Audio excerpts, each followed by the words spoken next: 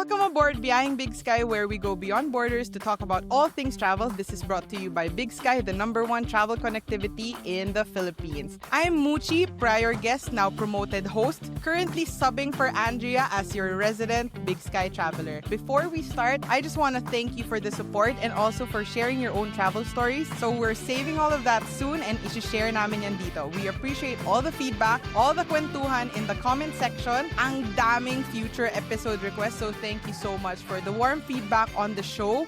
And stay tuned as we learn more about travel and best practices with our travel enthusiasts. We got a lot of good comments in the feedback section. A lot of people really super grateful for the travel tips and the travel hacks that you guys have shared before. Just a quick intro of our guests. We're here with Patty and Rina. Hi, Patty. Hi, Rina.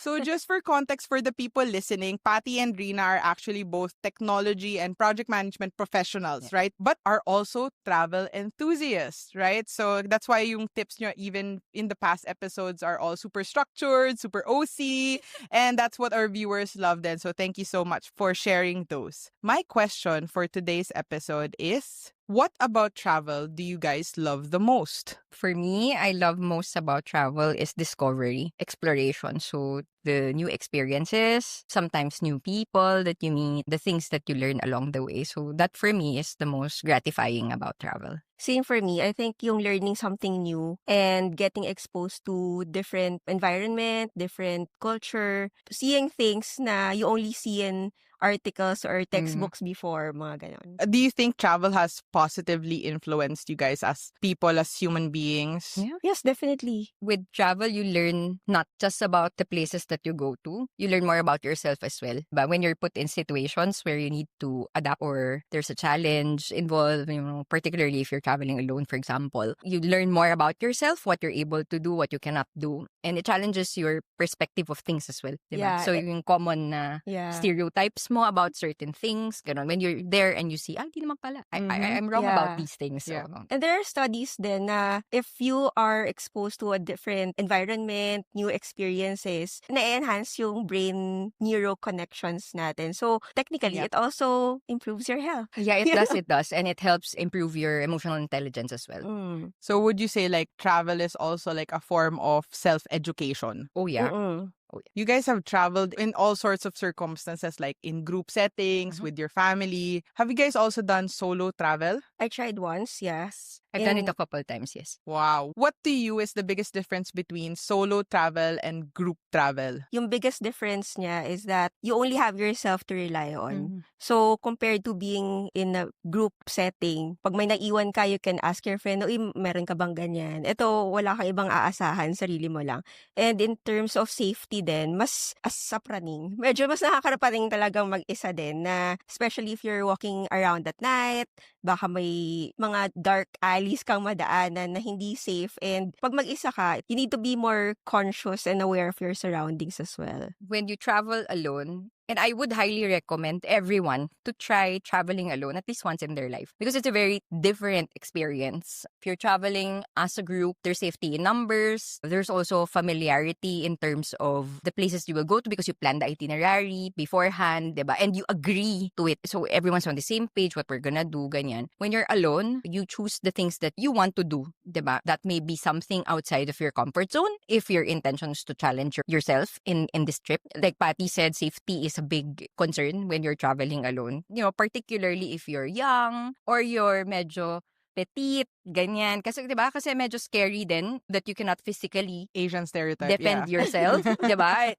It is, no? Unless you have like maybe martial arts. But if you're just a normal person, diba? You might worry about these things. But also, when you're traveling alone, it's an opportunity for you to try things you've not tried before. For example, traveling alone has helped me come out of my shell. In the earlier days, when I travel even with friends, if anyone tried to talk to me, I would literally turn my back on the person. Kasi I would be so anxious and it would really scare me to talk to anyone. This is true, I have experience like that. person, naglakad na siya, kakausapin na niya ako, tinalikuran ko talaga sa sobrang panic. But traveling alone has helped enhance the self-confidence. Kasi you have to, because you're alone. You have no choice but to talk to people if you need something, di ba? So that has helped me develop that. So now when people talk to me, you still get a little anxious, but you don't do that. You don't run away anymore. So it challenges you also in terms of what you are willing to push. Yeah. In terms of your own boundaries, Yeah. diba? And it might also be that there are experiences you want to try that Yeah. you might not be so comfortable to try around other people, Mhm. but you want to try it for yourself. Pwede rin, diba? Yeah. So it opens up a lot of doors to be able to travel alone. What do you think is the most stressful thing traveling solo as, yun nga, an Asian woman? I think safety, yun yung primary. Traveling solo pushes you to also think of plan B or Yeah. kahit plan C na, just in case something goes wrong. Kasi mag-isa ka lang eh. So, dapat ready ka for emergency. Dapat ready ka kung may mangyaring hindi Yeah. according to plan. And how much your risk appetite is. So if you're traveling alone and you want to skydive, for example, and do, YOLO stuff, pwede naman. You can. It's a good opportunity to do that. But it depends on your risk appetite. For example, personally, if I am traveling alone, I make sure that I research the areas that I'm going to. Mhm. And not just the areas that I'm going to, the destination, but also the areas I would pass by. The kind of transportation that I would need to take to arrive to those Mm-mm. places, diba? So I would check how safe they are. But that's me. Some people ba gusto nila YOLO ma-experience talaga. the local Oo. the local space, the local environment, ganyan, kahit na rowdy, they want Yeah. it. So it depends on your risk appetite as well. What do you think or travel tips and tricks and hacks do you think that you want to give the women who want to travel solo? What travel tips or hacks do you recommend for women who are listening right now who actually also are aspiring to travel solo in the future? I think for me, read reviews. Mhm. Para Yeah. para aware ka where you're staying at, Yeah. ano yung expect mo pagdating doon. Kasi yun nga, as I've said earlier, you don't have anyone there with you. Yeah. So, just in case biglang medyo sketchy pala yung place, ready ka na alam Yeah. mo yung hinaharap mo doon. For me, I think you have to understand again your intent. Why do you choose to travel alone this time? Diba? What's the purpose? The second is you have to understand your own risk appetite. Anong kaya mo? Diba? Baka naman tumawid lang ng kalsada, takot ka na. O, diba? Paano gagawin natin? Diba? Yeah. So, probably the other thing, I would recommend that somebody at least knows what you're doing at all point in time. Para if something happened, you're bigla ka nawala, biglang they don't hear from you, they know where to look. Diba? Find my friend. Find where's the last spot that you were, Yeah. who you were with, yung mga ganon. No? Also, I would recommend that you check your readiness to travel alone. Meaning, Mm-mm. are you emotionally, mentally ready to take the leap to travel alone? Kasi when you're already there, you cannot back out. You cannot say, oh, I don't want this anymore. I'm too scared, diba? Yeah. So, you have to check if you're ready. But if you feel that this is the right time and it's ready, I will recommend that you try it. So that you also have time to be with yourself Yeah. and have that moment to understand and learn more about yourself. And siguro, just to add to Yeah. Rina's statement, be ready sa mga emergency contacts, address ng embassy just in case your Yeah. passport gets stolen. The nearest Yeah. police station, the Oo, nearest yeah. hospital, Oo. yung mga Oo. ganon. So, at least Yeah. you're ready. You have something planned for the worst case scenario. Yeah. And be smart, no? If you're alone, syempre don't make stupid decisions. Don't go to a bar and just go home Yeah. with someone. No? Yung mga ganun. Parang because I'm YOLOing, therefore Maybe I will not. do this. Mas exercise some good Maybe judgment avoid also. serial No? killers. Oo, avoid serial killers. Yeah. Remember that YOLOing does not mean we Yeah.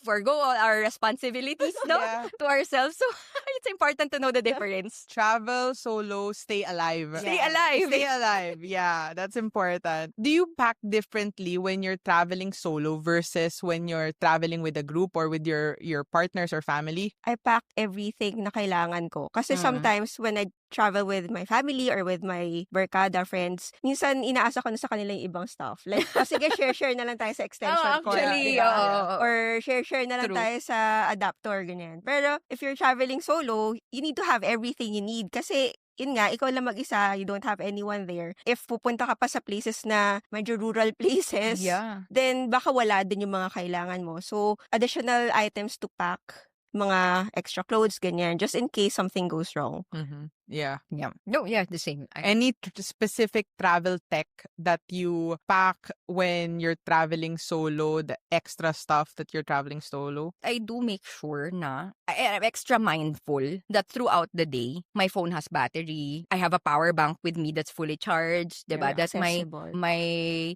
Wi-Fi device has battery also, Yeah. ganun. So I just make sure that if anything happened, I would be able to reach someone. Yeah. Yun. And my apps din, I won't name the country na lang. Pero when I went somewhere, may nirecommend sa akin yung friend ko na app na parang siyang police app, crime Oh, I something don't know na that. you can see saan may nagsaksakan. Yeah, saan may yeah. accident. So at least you Oo. can avoid those places. Yeah. Especially if you're traveling alone. Grabe yung kwentuhan, no? Pero ito na talaga yung pinaka-importanting travel hack. Bago ka pa bumiyahe, don't forget to book our Big Sky Travel Wi-Fi. Sobrang dali lang yan. Just message us at Big Sky Nation on Instagram and Facebook and we'll help you choose from travel Wi-Fis or SIM cards customized for your trip. At kung nasa NAIA Terminal 1 or 3 ka na ngayon, you can pick it up at our Big Sky booth. Now, balik tayo sa chikahan!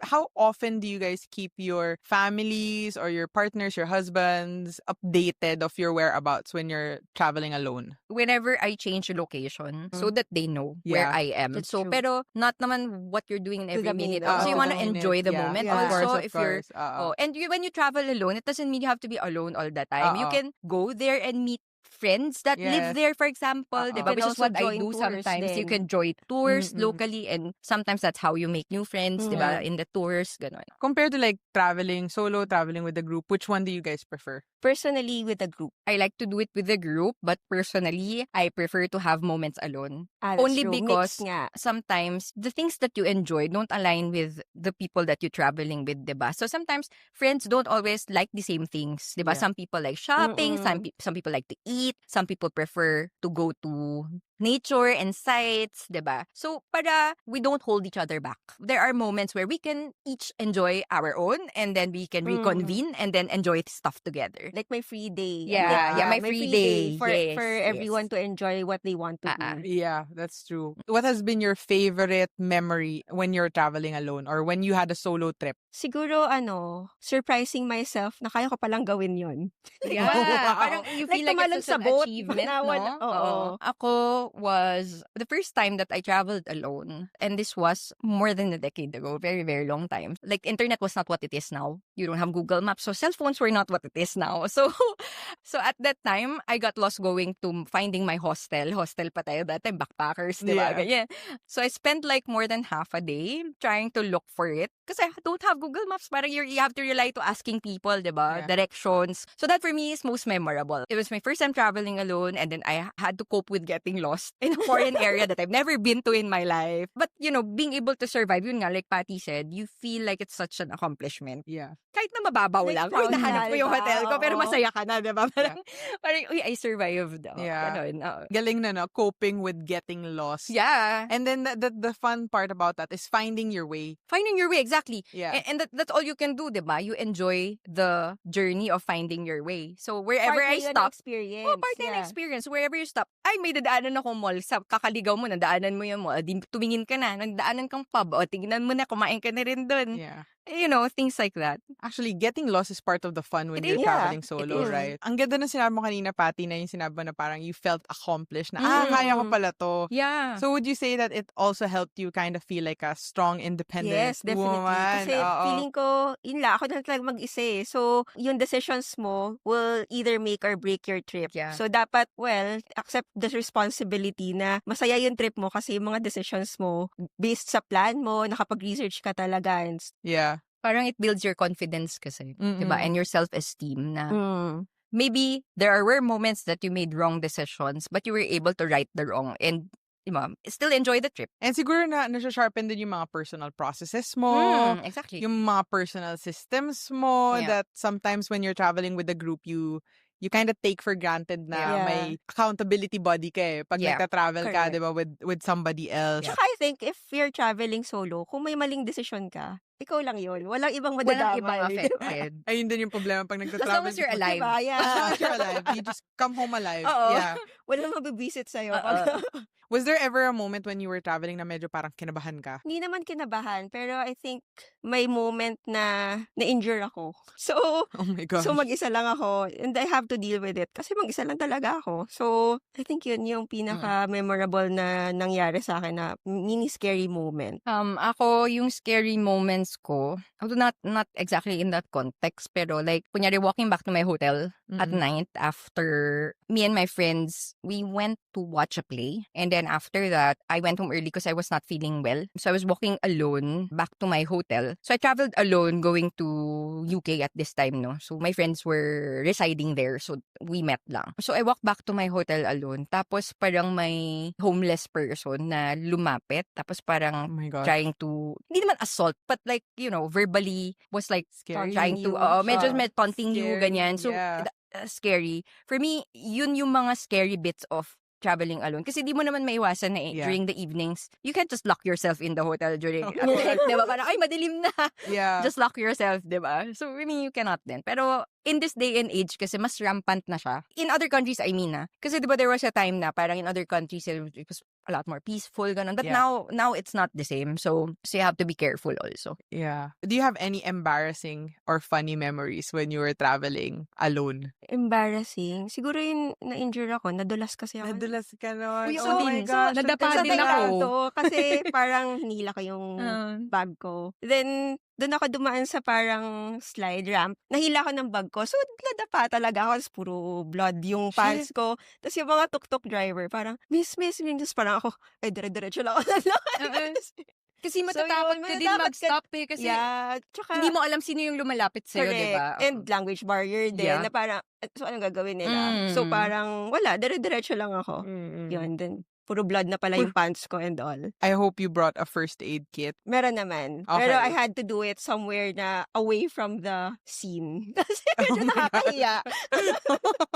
Ang daming blood. Ang dami ring, witnesses. Oh So, medyo my. nakakahiya. Ay. Mine is similar. In my recent trip, I fractured my toe. I slipped. So the hotel had a basement pool. And I was trying to get my towel. And then I slipped. So I fractured myself. So medyo scary because I was alone. And then fractured. Tapos parang, oh my God, what am I gonna do? Parang, diba? So, tapos I was in pain, Yeah. ganyan. So, yun. Medyo nakakatakot siya. Pero, okay lang naman. You learn that you need to find your way Yeah. through these things. So, you have to talk to the hotel safety manager. You have to talk to yung mga ganon. Yeah. So, travel hot takes. Strict itinerary or no itinerary when you're traveling solo? Balance naman. Hindi naman Mm. super strict to the point na pressure mo yung sarili mo na you need to follow it. Pero I think, well, for me, meron akong list of places that I want to go to para din ma-maximize ko yung trip na hindi yung on the same day tsaka pa lang ka naghahanap na saan ka mapupuntahan. So, you wasted your time researching Yeah. na dapat something yun na you could have done before the trip para hindi na sayang yung time mo dun sa Same. country. Same. Luxury traveling or backpacking? Ayoko ng backpacking, pero I ayoko cannot rin do ng... backpacking anymore. Hindi naman luxury. As an older pero- millennial. As an older millennial. older millennial. Older millennial. Who doesn't have the energy. I just can't anymore. If you were in your early 20s, Oh, I did. luxury travel or backpacking? Backpacking. Yeah. Backpacking is so much more fun kasi you're with friends and then Mm. hostels are usually fun. There's a lot of entertainment, diba? Sometimes you're Mm-mm. open mic night, may mga Yeah, ganun. yeah. So, you tend to enjoy it more with friends. And then, you're on a budget. At least, you're still good. But as Pero, you when you get older, older, it's like so exhausting. Actually, Comfort And you want a nice Comfort. bathroom for yourself, you know? I mean, there are and a things... comfortable bed. Yeah, and a comfortable bed. And, you don't want to worry about other people in the bedroom. Yeah. diba? Yeah. Actually, that's interesting, no? It's traveling as an older millennial as a versus mid Yeah. versus like early 20s Yeah. travel is also like different, Yeah. no? Mm. How do you think travel has changed between your early 20s and now we're in our mid 30s? Mid to late 30s, yeah. Comfort na. Comfort Yeah. na yung target mo. Comfort and safety, And no? safety. Oo. Because before, my experience was, gusto namin ma-maximize yung trip. So, Yes. siksik talaga, jam-pack. Yes. Kahit sa bus na kami matulog or sa train Oo. ka kami matulog. Basta nakatipid ka and Na-maximize mo yung trip. day. Sulit Oo. yung binayad mo. Pero now, as we get older, Yeah. so yung energy mo With our backs and knees. decreases The as well. backs, the knees, the need to go to the bathroom every few hours. All of these things, di ba? Parang it really impacts your You need a comfortable bed at the end of the day. Yeah. your exhaustion is different from the level of exhaustion that Yeah. you experience when you're younger. So now you want to be able to, I want to sleep properly, di ba? Pero hindi naman luxury travel na splurge talaga. Yeah. Balance pa din. Yeah. Tourist spots or off the beaten path adventures? Ako mix pa din. Sorry, parang wala akong... Mix pa din. Kasi I think yung difference now between yung traveling before is that dati more on sightseeing, ano yung mga tourist spots. Ngayon, people tend to immerse talaga sa culture ng Yeah. country. Like may mga Yeah. cooking Oo. activities when you get to this country, ganyan. Or ano pa bang ibang mga... Like, check out the local winery Yeah, or yung oo, mga ganun. correct. Yeah. mga Mm-mm. wine tasting, ganyan. Now then, it's become easier because before, the local stuff was harder to find and harder Mm. for you to do. When you say travel, it's synonymous to the tourist spots. Whereas now, the definition of travel has changed so much. So, you now not travel just as a tourist. You can travel as a digital nomad. You can travel as somebody who wants to get immersed in culture. You can also travel as someone seeking solitude. For example, for retreat and meditation Mhm. purposes or for specialized hobby. It's the So, internet. so madami ng mode of Yeah. travel right now. Normally for, like, kunyari, yung same with Patty, I like a good balance. I think the tourist spots deserve at least once na people to see. Because they're tourist spots for a reason. Yeah. If they're a Yeah. wonder of the world, they're there for a reason. So, it might be good to see them at least once. Diba? Mm-mm. Pero what I enjoy more is being able to connect with locals. So, if I have friends who live there, what I enjoy more is where they bring me to the, kunyari, their Yeah. favorite local Yeah. corner restaurant or cafe, diba? Or like meeting their friends, ganun, and then sharing, like learning about their life. Tsaka Ganun. kahit staying in a cute cafe sa Yeah. corner ng hotel mo, part of the experience pa din Yeah. yun. Like in my recent trip to UK, like I went to the Pride event. Those are not normal things that you would do when you travel, diba? Pero Yeah. it's a good experience. Yeah. Actually, you said kanina na impromptu experiences. I guess that's the nice part about traveling now, that you can decide when you're there what cultural experiences you can experience in that particular Correct. country. I mean, with the internet, with the Correct. apps, with Get Your Guide and Klook and all of these mga apps that you could just book a cooking class or book Correct. a Yeah. different type of experience, diba? Yeah. What do you think are your travel must-haves as an older millennial traveling solo for the listeners and the viewers at home? Wi-Fi talaga, connectivity. Yeah. For safety reasons, you need to inform someone. Your mom. Your mom. Yeah. Your Your mom. family. Always inform Where your you mom. Yeah. And just in case you get lost, diba? At least may map ka na pwedeng Yeah. tignan. And in case of emergency, you have the contact numbers there just in case. Yeah. One of the most important also is to make sure that you do not look like a tourist when you're there. Mm. Yung parang, because usually, especially when you go to places where it's higher risk for you to get robbed, diba? Or like there's a higher number of theft, ganyan. You're usually the first victim. One, Easy you're target, alone. You're an yeah. easy target, diba?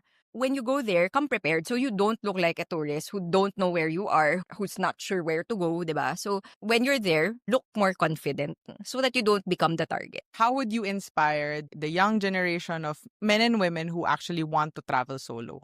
Good experience to travel solo, to get to know yourself better, expose yourself to new experiences na, as Gina said earlier, hindi mo siya gagawin na pagkasama mo yung friends mo kasi iba yung gusto nilang gawin. Like skydiving. Like skydiving or Bungee or baka jumping. i-trip ng friend mo mag-cooking class. Yeah. So, you can try those things for yourself. Admittedly, although I recommend that everyone try it at least once, I would also say that traveling alone is probably not for everyone because there are also people who are just not comfortable being alone. And that's okay. That's okay naman. No? So don't force yourself to do something you don't want to. But if you are able to and you're interested to try it, my suggestion would be to have the courage to try it. As you get older, you realize that traveling alone is not that big of a deal. Especially in this day and age, no? Where, everything is accessible. Yeah. And travel has become so normal. So Yeah. normal, diba? So, it's nothing to be afraid of. If anything, it will really help you. Just make sure that you understand the purpose of why you're doing it. And at least research something about the place you're going to. Kahit na spontaneous traveler ka, come prepared pa rin kahit konti. I guess what we're trying to say, and we've repeatedly stressed the planning and the Yeah. safety and all of that. No, pero if there's anything that you can take away, it's that we do it for a reason. We're not just saying it or advocating it because we ourselves are planners, no, but because it will save you a lot of grief. It will save you a lot of time, of efforts, diba? Stress, and also hopefully it will save you from danger. Mhm. So that's the most important. If you come planned, there are higher chances that you will be able to Come manage home the alive. danger. Yeah. Very, very practical and sage advice. I would say sage. Yeah, because really, if I also encourage like a lot of men, women, young or old to travel solo at least once in their life. But I would always recommend research, Yep. and do it safely. Mhm. Yep. Parang just travel solo and come home alone. Come home Travel in solo, travel- be smart, Yeah. and come back alive. Come back alive. Yeah, that's the most important part. So thank you. This has been such a fun, inspiring conversation. Thank you, Patty and Rina, for sharing your travel experiences and insights. I'm sure madaming mapupulot na lessons and values ang ating Big Sky fam dito. So if you love this episode, make sure to follow Biyaheng Big Sky on Spotify, YouTube for more travel stories and tips. Don't forget to tag us on your thoughts and comments on this episode. We love the kwentuhan in the comment section. We'll see you on Instagram, Facebook, or TikTok. Just follow at Big Sky Nation PH on Instagram and Big Sky Fam on TikTok. If you're planning your next trip, just stay connected with Big Sky Travel Wi-Fi so you can share your adventures seamlessly. See you on the next episode. Thank you. Thank you.